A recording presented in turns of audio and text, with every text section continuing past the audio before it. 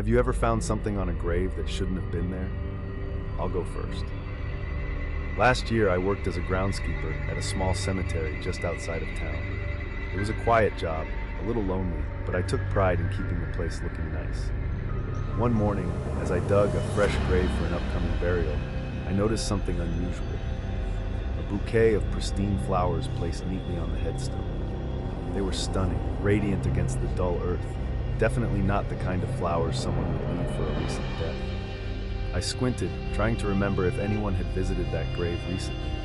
It belonged to an elderly woman who had passed away years before.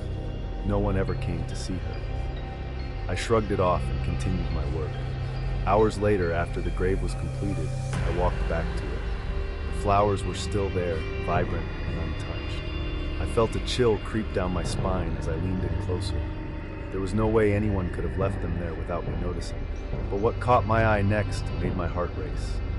The flowers were beginning to wilt. The vibrant colors faded in front of me, petals drooping like they had been plucked straight from a garden and left out in the sun too long. I stepped back, glancing around.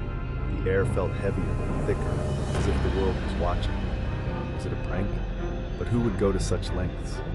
I suddenly felt very, very alone among the gravestones. Then, without warning, a gust of wind whipped through the cemetery, carrying a whisper that sent shivers down my spine. "Thank you," it rasped, echoing softly around me. Reality wavered as I looked back to the grave, and the flowers were gone, as if they had never existed. I was left standing there with nothing but the shadows and the unease of what I'd just witnessed. Who had left those flowers? And why did the air feel so wrong?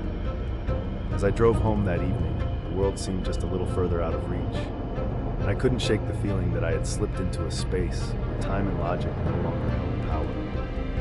What if reality itself had just wavered?